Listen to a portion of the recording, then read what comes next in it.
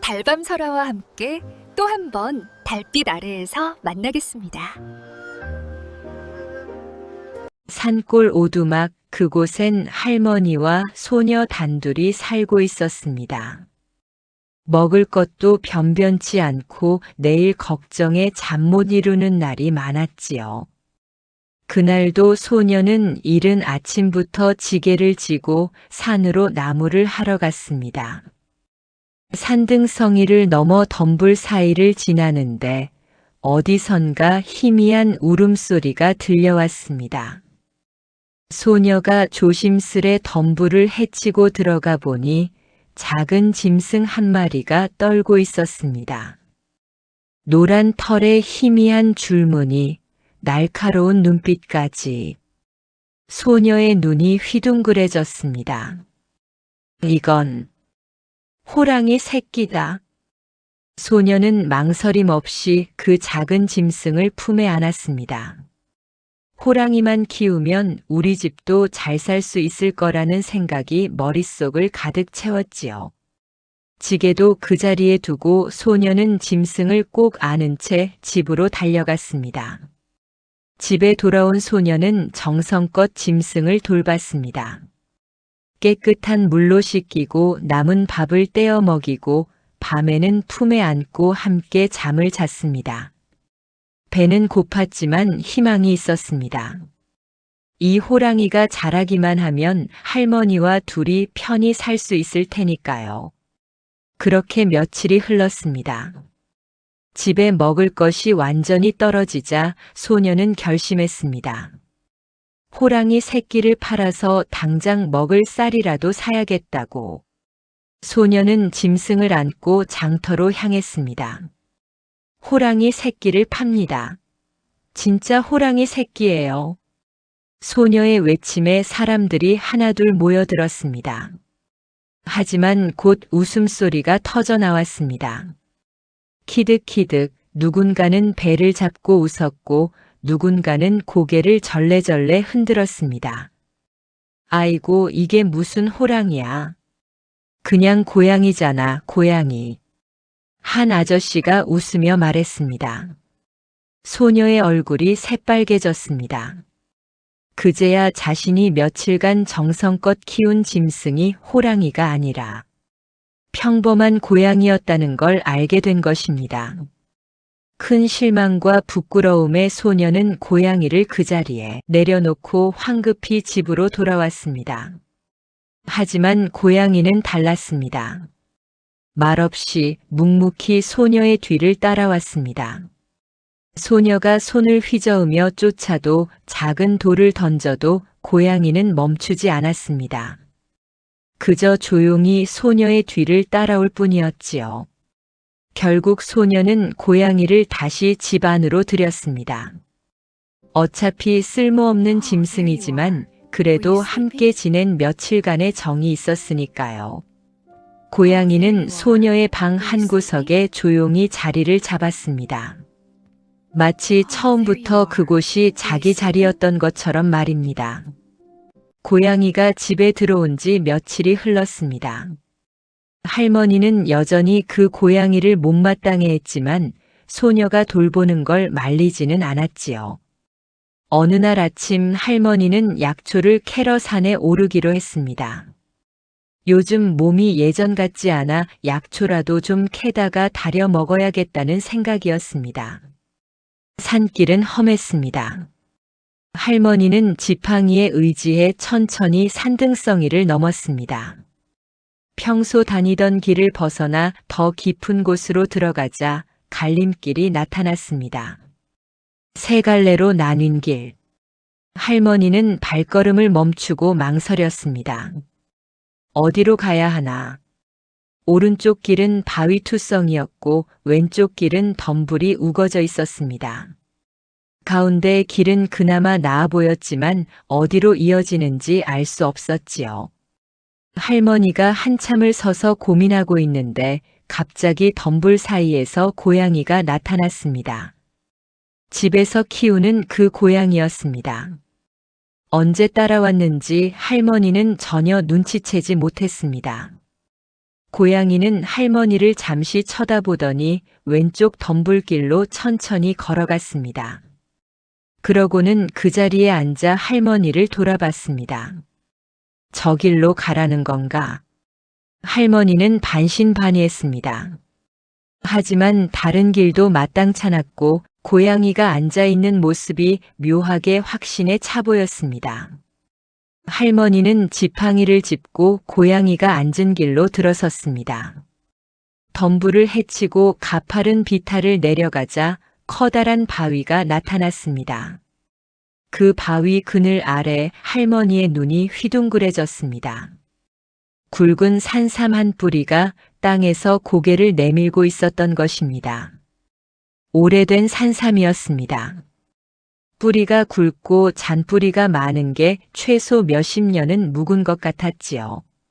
할머니는 떨리는 손으로 조심스럽게 산삼을 캤습니다. 이 산삼 하나면 한동안 먹을 쌀을 살 수 있을 것이고 약값 걱정도 덜 수 있을 터였습니다.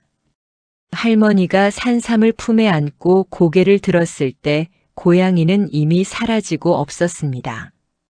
집에 돌아온 할머니는 소녀에게 산삼을 보여주며 말했습니다. 고양이가 길을 알려줬다고.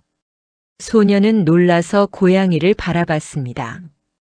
고양이는 방 한구석에서 조용히 털을 다듬고 있었습니다. 아무 일도 없었다는 듯이 말이지요. 그날 저녁 할머니는 소녀에게 말했습니다. 이 고양이 보통 고양이가 아닌가 보구나. 소녀도 그렇게 생각하기 시작했습니다. 그날 이후 소녀는 고양이를 다른 눈으로 보게 되었습니다. 고양이도 소녀를 더 자주 바라봤습니다. 마치 무언가를 나누는 듯한 시선이었지요. 며칠 뒤 소녀에게 작은 고민이 생겼습니다. 장에 갈 때 어느 길로 가야 할지 고민이었습니다. 지름길은 가파르고 큰 길은 멀었거든요. 소녀는 문득 고양이 앞에 앉았습니다. 그리고 장난스럽게 두 손을 내밀었습니다. 오른손이 지름길, 왼손이 큰 길인데 어디로 가면 좋을까? 고양이는 소녀를 잠시 바라보다가 천천히 왼쪽 손 곁으로 다가와 앉았습니다.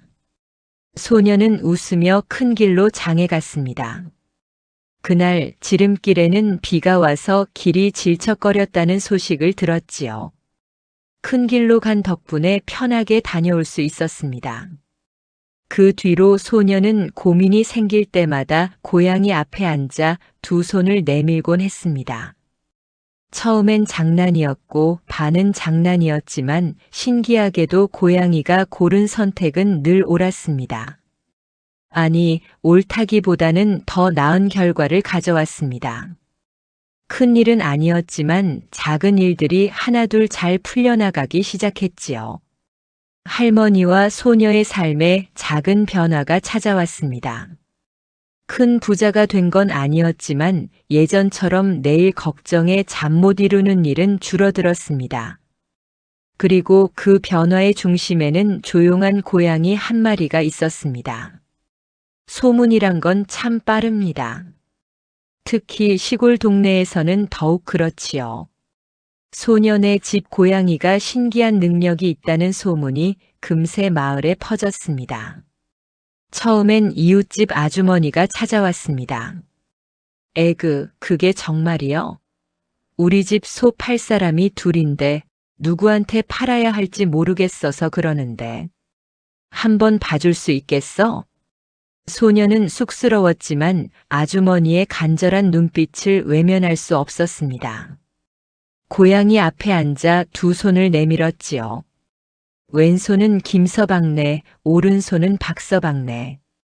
고양이는 잠시 아주머니를 보더니 왼손 곁으로 슬금슬금 다가갔습니다. 아주머니는 김서방네에 소를 팔았습니다. 그런데 며칠 뒤 동네에 소문이 돌았습니다. 박서방네가 소를 산 뒤 사흘 만에 집안에 큰 우환이 생겼다는 것이었습니다. 반면 김서방네는 소를 잘 키워 이듬해에 송아지까지 낳았다지 뭡니까? 그 소문을 들은 사람들이 하나둘 찾아오기 시작했습니다. 처음엔 반신반의하던 사람들도 직접 겪고 나니 입을 다물 수가 없었습니다. 고양이의 선택은 신기하게도 늘 맞아떨어졌으니까요. 이 길로 장에 가면 좋은 물건을 살 수 있을까요? 고양이가 가리킨 길로 간 사람은 정말 좋은 물건을 샀다고 돌아왔습니다. 이 사람을 믿고 돈을 빌려줘도 될까요? 고양이가 고개를 돌린 사람은 나중에 돈을 떼먹고 도망갔다는 소문이 돌았지요. 소문은 마을을 넘어 옆 마을까지, 그리고 산 너머 마을까지 퍼져나갔습니다. 사람들은 이 고양이를 무당 고양이라고 부르기 시작했습니다. 멀리서도 사람들이 찾아왔습니다. 지게꾼도 오고 보부상도 오고 심지어 기와집에 사는 부자들도 찾아왔습니다. 어느 날은 부잣집 마님이 가마를 타고 찾아왔습니다. 비단옷에 비녀를 꽂은 마님은 소년의 오두막을 휙 둘러보더니 콧방귀를 뀌었습니다. 하지만 고양이 앞에서는 허리를 굽히고 공손히 물었습니다. 이 땅을 사면 값이 오를까요? 아니면 저 땅을 사야 할까요?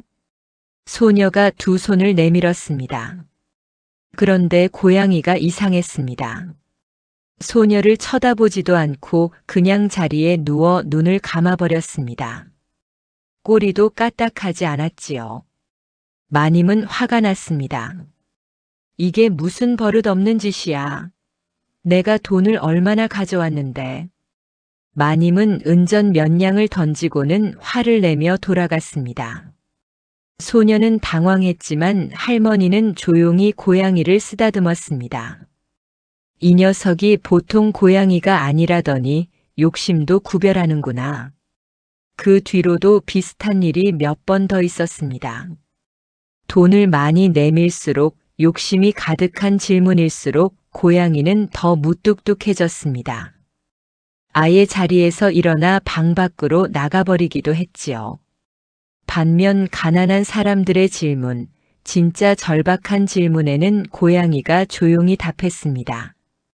장에 가는 길 곡식 심을 자리, 아픈 식구를 위한 약초 캐러 갈 곳. 그런 질문들에는 고양이가 천천히 움직여 답을 주었습니다. 사람들은 점점 알아갔습니다. 이 고양이는 돈으로 움직이는 게 아니라는 것을. 진심으로 어려운 사람, 정말 필요한 사람에게만 답해준다는 것을 말이지요. 그래서 사람들은 더 조심스러워졌습니다. 고양이 앞에서는 함부로 거짓말을 하거나 욕심을 부리지 못했습니다. 고양이의 눈은 모든 걸 꿰뚫어 보는 것 같았으니까요. 소년의 집도 조금씩 나아졌습니다. 사람들이 찾아올 때마다 쌀 한 돼, 나물 한 묶음씩 놓고 가곤 했거든요. 큰 부자는 아니었지만 예전처럼 굶는 일은 없어졌습니다. 할머니는 가끔 고양이를 보며 중얼거렸습니다. 너 혹시 산신령이 보낸 사자는 아니냐? 고양이는 대답 대신 그저 눈을 가늘게 뜨고 할머니를 바라볼 뿐이었습니다. 그 표정이 웃는 것 같기도 하고 비밀을 간직한 것 같기도 했지요. 무당 고양이 소문은 산을 넘고 강을 건너 멀리까지 퍼져나갔습니다. 좋은 소문이 퍼지면 나쁜 놈들도 귀가 솔깃해지는 법이지요. 이웃 고을에 사는 도둑 한 놈이 그 소문을 듣게 되었습니다. 도둑은 평생 남의 것을 훔치며 살아온 자였습니다. 하지만 늘 들키기 일쑤였고 제대로 큰 돈을 벌어본 적이 없었지요. 그런 그가 무당 고양이 이야기를 들으니 눈이 번쩍 뜨였습니다. 그 고양이만 있으면 어디에 돈이 있는지, 어디를 털어야 하는지 다 알 수 있겠구나. 평생 편하게 먹고 살 수 있겠어. 도둑은 깜깜한 밤을 틈타 소년의 집으로 몰래 들어갔습니다. 다행히 할머니와 소년은 깊이 잠들어 있었습니다. 도둑은 살금살금 방 안으로 들어가 고양이를 낚아챘습니다. 고양이는 놀랍게도 저항하지 않았습니다. 울지도 않고 핥히지도 않았지요. 그저 도둑을 조용히 바라볼 뿐이었습니다. 도둑은 고양이를 자루에 넣고 황급히 달아났습니다. 새벽녘 소녀가 잠에서 깨어 고양이를 찾았지만 보이지 않았습니다. 온 집안을 뒤졌지만 고양이는 없었지요. 소녀는 울음을 터뜨렸습니다. 할머니도 안타까워하며 한숨을 쉬었습니다.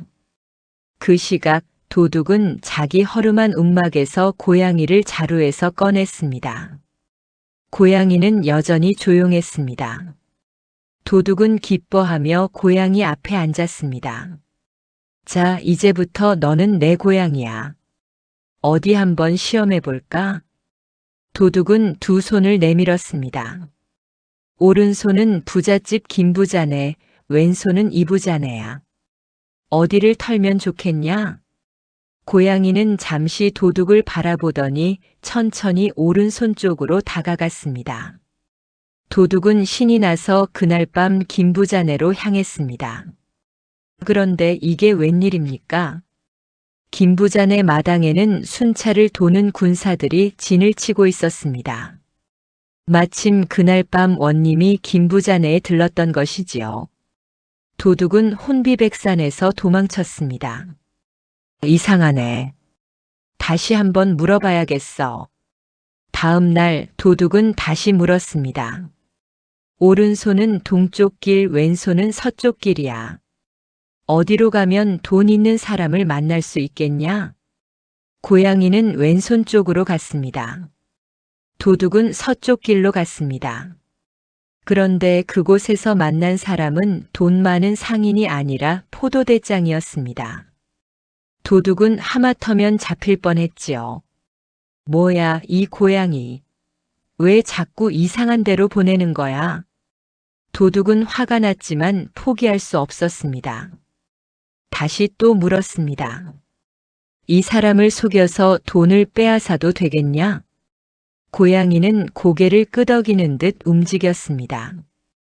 도둑은 신이 나서 그 사람을 속였습니다. 하지만 그 사람은 알고 보니 포졸의 형님이었습니다. 도둑은 그 자리에서 들통이 나 혼쭐이 났지요.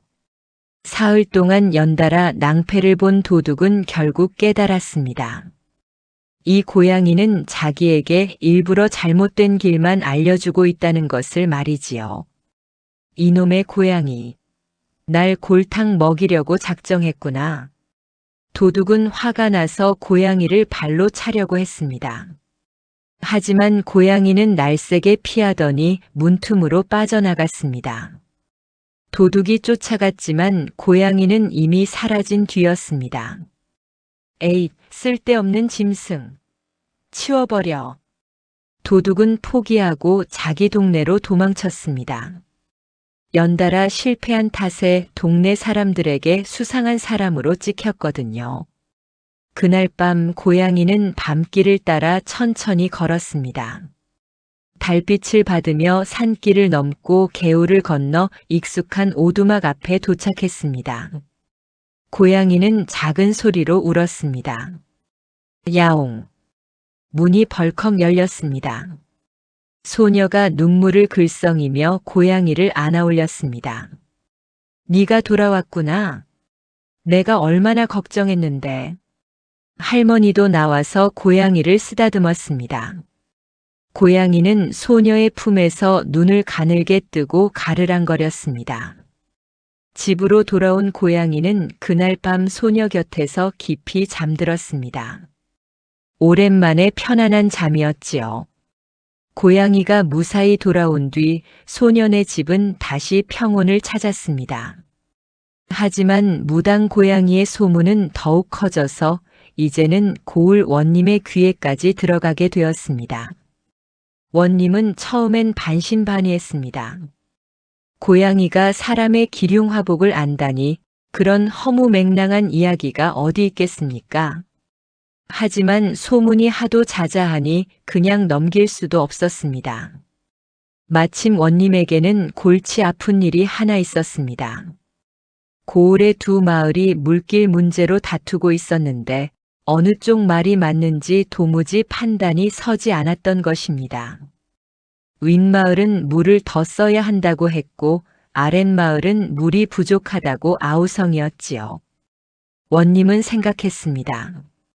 그 고양이가 정말 신통하다면 이 문제도 풀 수 있지 않겠는가. 원님은 관아에 나조를 보내 소녀와 고양이를 불러오게 했습니다. 며칠 뒤 소녀는 고양이를 안고 떨리는 마음으로 관아에 들어섰습니다. 태어나서 처음 보는 큰 기와집, 위험 있는 관복을 입은 관리들. 소녀는 다리가 후들후들 떨렸습니다. 대청마루에 앉은 원님이 위험 있는 목소리로 말했습니다. 네가 그 소문난 고양이를 데리고 온 아이로구나. 과연 그 고양이가 신통한지 시험해 보겠다. 원님은 상황을 설명했습니다. 윗마을과 아랫마을의 물 분쟁, 어느 쪽 말이 옳은지 고양이에게 물어보라는 것이었습니다. 소녀는 당황했습니다. 이런 큰일을 고양이가 풀 수 있을까요? 하지만 어쩔 도리가 없었습니다. 소녀는 떨리는 손으로 두 손을 내밀었습니다. 오른손은 윗마을, 왼손은 아랫마을. 관아 안의 모든 사람들이 숨을 죽이고 지켜봤습니다. 고양이는 한참 동안 가만히 있었습니다. 그러더니 천천히 눈을 감았습니다. 소녀는 가슴이 철렁 내려앉았습니다. 혹시 고양이가 대답을 안 하려는 건 아닐까요? 그때 고양이가 눈을 떴습니다. 그리고는 천천히, 아주 천천히 소녀의 두 손 사이로 걸어갔습니다. 오른손도 아니고 왼손도 아닌 정확히 가운데로 말입니다. 원님이 눈을 크게 떴습니다. 가운데라. 그렇구나. 둘 다 조금씩 양보하라는 뜻이로구나. 원님은 무릎을 쳤습니다. 윗마을도 물을 조금 덜 쓰고 아랫마을도 조금 더 아껴 쓰면 되는 일이었습니다. 왜 그 간단한 해답을 생각하지 못했을까요? 원님은 즉시 두 마을 이장을 불러 타협안을 제시했습니다. 놀랍게도 두 마을 모두 받아들였습니다. 사실 양쪽 다 싸우는 게 지겨웠거든요. 단지 먼저 양보하기가 자존심이 상했을 뿐이었지요. 원님의 명이라면 체면도 세우고 문제도 해결할 수 있었습니다. 원님은 크게 기뻐하며 소녀에게 상을 내렸습니다. 쌀 2가마니와 무명 1필 그리고 은전 몇 냥. 소녀는 꿈만 같았습니다. 태어나서 이렇게 큰 돈을 처음 받아봤거든요. 고맙구나, 꼬마야. 그리고 이 신통한 고양이에게도 고맙다고 전해라. 원님은 고양이를 쓰다듬으려 했지만 고양이는 슬쩍 비켜섰습니다. 그러고는 소녀의 품으로 돌아갔지요. 원님은 웃으며 고개를 끄덕였습니다. 소녀는 고양이를 안고 관아를 나왔습니다. 집으로 돌아가는 길 소녀는 고양이에게 속삭였습니다. 고마워. 내가 정말 똑똑한 고양이구나. 고양이는 대답 대신 소녀의 팔에 얼굴을 비볐습니다. 집에 돌아온 할머니와 소녀는 그날 밤 오랜만에 배불리 저녁을 먹었습니다. 쌀밥에 된장찌개, 나물까지. 풍성한 밥상이었지요. 하지만 그날 이후로 고양이는 조금 달라졌습니다. 예전보다 더 조용해졌고 사람들 앞에 잘 나타나지 않았습니다. 소녀가 두 손을 내밀어도 예전처럼 쉽게 답하지 않았지요. 마치 뭔가 깊은 생각에 잠긴 것처럼 말입니다. 할머니가 말했습니다. 저 녀석 큰일을 치르고 나니 피곤한가 보구나. 좀 쉬게 놔둬라. 소녀도 그렇게 생각했습니다. 하지만 고양이의 눈빛을 보면 뭔가 다른 이유가 있는 것 같았습니다. 마치 사람들에게 말하고 싶은 게 있는데 말할 수 없어서 답답해하는 것 같았지요. 원님 앞에서 큰일을 해결한 뒤 무당 고양이의 명성은 하늘을 찔렀습니다. 이제는 먼 고을에서도 사람들이 찾아왔습니다. 어떤 이는 며칠을 걸어오기도 했지요. 하지만 고양이는 예전과 달라져 있었습니다. 어느 날 한 상인이 찾아왔습니다. 비단 장사를 하는 부유한 사람이었지요. 이번에 큰 장사를 하나 벌일 건데 성공할 수 있을까요? 소녀가 두 손을 내밀었습니다. 하지만 고양이는 움직이지 않았습니다. 그냥 자리에 누워 눈을 감아버렸지요. 상인은 실망하며 돌아갔습니다. 다음 날에는 젊은 총각이 왔습니다. 저 처자와 혼인하면 행복할까요? 아니면 이 처자와 혼인해야 할까요? 고양이는 이번에도 대답하지 않았습니다. 아예 자리에서 일어나 방 밖으로 나가버렸습니다. 총각도 어리둥절해하며 돌아갔지요. 그런 일이 계속되자 소녀는 고민에 빠졌습니다. 고양이가 아픈 건 아닐까? 아니면 더 이상 점을 보기 싫어하는 걸까? 소녀는 할머니에게 물었습니다. 할머니, 고양이가 왜 이러는 걸까요? 할머니는 한참을 고양이를 바라보다가 천천히 말했습니다. 아마도 저 녀석은 답할 수 있는 것과 답할 수 없는 것을 구별하는 게 아닐까? 소녀는 할머니의 말을 곱씹었습니다. 그러고 보니 고양이가 대답했던 질문들을 떠올려 봤습니다. 어느 길로 갈까? 누구에게 물건을 팔까? 어디서 약초를 캘까? 모두 사람이 선택할 수 있는 것들이었습니다. 하지만 고양이가 대답하지 않았던 질문들은 달랐습니다. 장사가 성공할까? 누구와 혼인하면 행복할까? 부자가 될 수 있을까? 이런 것들은 사람의 선택만으로 되는 일이 아니었습니다. 운명이 개입되는 일들이었지요. 소녀는 깨달았습니다. 고양이는 미래를 예언하는 존재가 아니었습니다. 단지 바꿀 수 있는 길, 선택할 수 있는 길만 알려주는 존재였던 것입니다. 바꿀 수 없는 운명 앞에서는 고양이도 침묵할 수밖에 없었지요.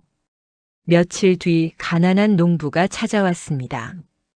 얼굴에는 근심이 가득했습니다. 제 아이가 아픕니다. 약초를 캐러 가야 하는데 산이 넓어서 어디로 가야 약초를 찾을 수 있을까요? 소녀가 두 손을 내밀었습니다. 이번엔 고양이가 움직였습니다. 천천히 일어나 왼손 곁으로 다가갔지요. 농부는 고맙다며 절을 하고 돌아갔습니다. 그날 저녁 소녀는 고양이 앞에 앉았습니다. 고양이는 소녀를 조용히 바라봤습니다. 소녀가 말했습니다. 이제 알겠어. 단지 너무 큰 개인 욕심의 선택이 아닌 선택만 네가 알려주는 거지. 고양이는 눈을 가늘게 떴습니다. 마치 웃는 것 같았습니다. 소녀는 고양이를 쓰다듬으며 다짐했습니다. 앞으로는 정말 중요한 갈림길에 설 때만 고양이에게 물어보기로 말이지요. 그 뒤로 소녀는 함부로 묻지 않았습니다. 작은 일들은 스스로 결정했습니다. 고양이에게는 정말 어렵고 중요한 선택이 있을 때만 도움을 청했지요. 그럴 때면 고양이는 예전처럼 답해 주었습니다. 세월이 흘렀습니다. 소녀는 어엿한 처녀가 되었고 고양이는 나이든 고양이가 되었습니다. 하지만 둘 사이의 신뢰는 여전했습니다. 말없이도 서로를 이해하는 사이가 되었지요. 어느 봄날 소녀 아니 이제는 젊은 아가씨가 된 그녀가 고양이 앞에 앉았습니다. 마을에서 온 청혼 제안 때문이었습니다. 이 사람과 혼인하면 어떨까? 하지만 손을 내밀지는 않았습니다. 그저 고양이에게 말을 걸었을 뿐이었지요. 고양이는 눈을 감고 있었습니다. 대답하지 않는 것이 대답이었습니다. 이건 그녀가 스스로 결정해야 할 일이었으니까요. 소녀는 웃었습니다. 그리고 스스로 결정했습니다. 고양이는 여전히 눈을 감고 있었지만 그 모습이 평화로워 보였습니다. 마을 사람들은 여전히 가끔 무당 고양이를 찾았습니다. 하지만 예전처럼 모든 것을 물어보지는 않았습니다. 사람들도 알게 되었으니까요. 어떤 것은 고양이가 알려줄 수 있고 어떤 것은 스스로 감당해야 한다는 것을 말이지요.